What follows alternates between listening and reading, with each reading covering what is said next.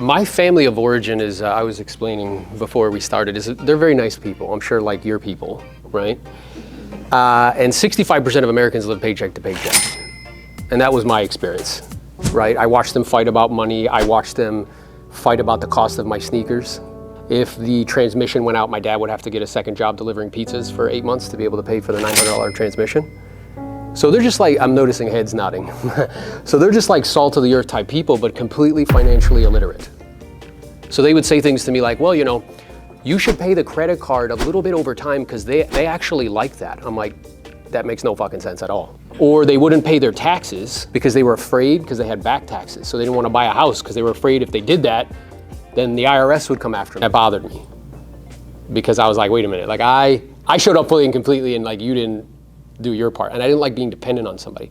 And then the thing that the kind of straw that broke the camel's back is, I remember I was at community college, at Broward Community College, because I got into the good schools, right? The quote unquote good schools, but wasn't able to go from a financial perspective, which also bothered me. So I went to, you know, what is it? Broward College now they call it. It's no longer community college. And I needed money for books and it was December and I told my parents and they decided to buy Christmas presents instead of to help me to buy books. Now, again, they're nice people.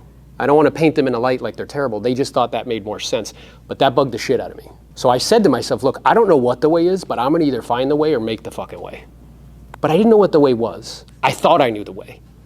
And that was, I was like, oh, I'm gonna become a doctor.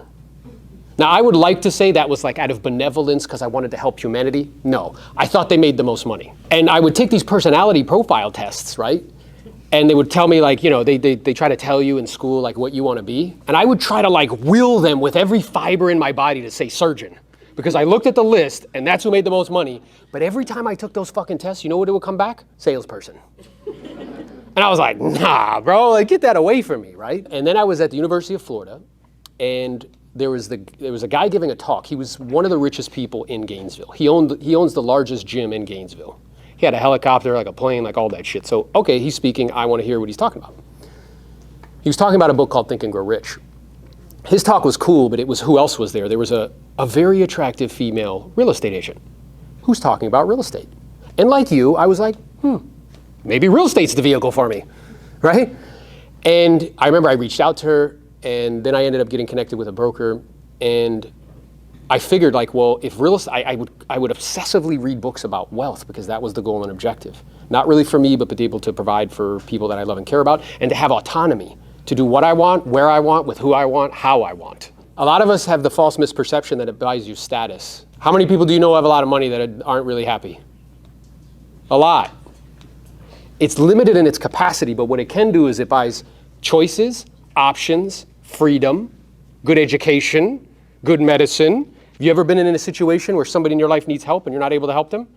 That bothered the shit out of me. I wanted to be in a situation to do that. So I would obsessively read books about wealth and they all had a tendency to gravitate towards real estate. So I was like, all right, well, what better way to help people to buy, like learn about that vehicle than to help people buy and sell it? And that was in conjunction with what those tests were telling me. As that test was accurate, you know, we started to do a meaningful amount of transactions. First calendar year made 13,000 bucks. Not fucking rock star like our boy Tal. People would definitely not coach you, like pay you to coach them, teach you how to do that, how to make the poverty line.